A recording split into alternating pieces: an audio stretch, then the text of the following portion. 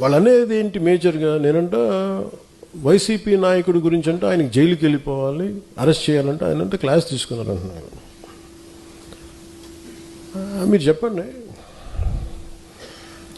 నిజంగా ఒక క్రైమ్ చేసిన వాడిని నేను చెప్పాలా?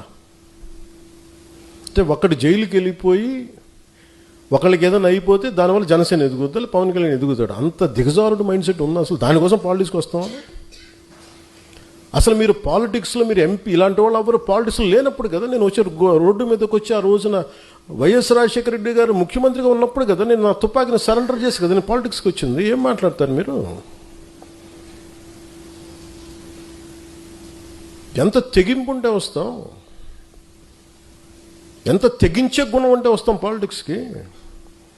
అలాంటి నేను కూర్చోబెట్టంటే వైసీపీ నాయకుడు అంటే ఆయన జైలుకి వెళ్ళాలని చెప్పానని ఈయన ఊహించుకొని చెప్తారు.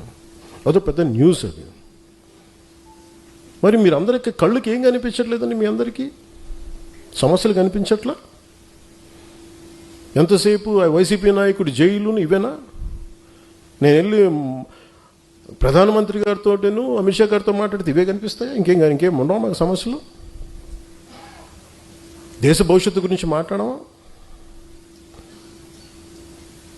ఆంధ్రప్రదేశ్ అభివృద్ధి గురించి మాట్లాడమా? కూర్చోబెట్టి వీళ్ళని జైల్లో పెట్టండి, వాళ్ళని జైల్లో తీయండి, వీళ్ళ నడుంకి బెల్ట్ కట్టేయండి, వాళ్ళ గురుజులు ఇవే చెప్తాం చెన్నాలి. ఆయన వాళ్ళకి చెప్పాలా? వ్యవస్థకి నేను చెప్పాలా? ఏసీబీ కోర్టులోనూ వాళ్ళకి క్రైమ్స్ లేవా? రిజిస్టర్ అవ్వలేదు, వాళ్ళు కోర్టుకి వెళ్ళవు, కోర్టులు పనిచేయట్లేదు, కోర్టుకి మేము చెప్పాలా? సుప్రీంకోర్టు జడ్జిలకు తెలియదా ఎవరు నేరం చేశారు, ఎవరు చేశారని తెలియదా? మేము చెప్పాలా?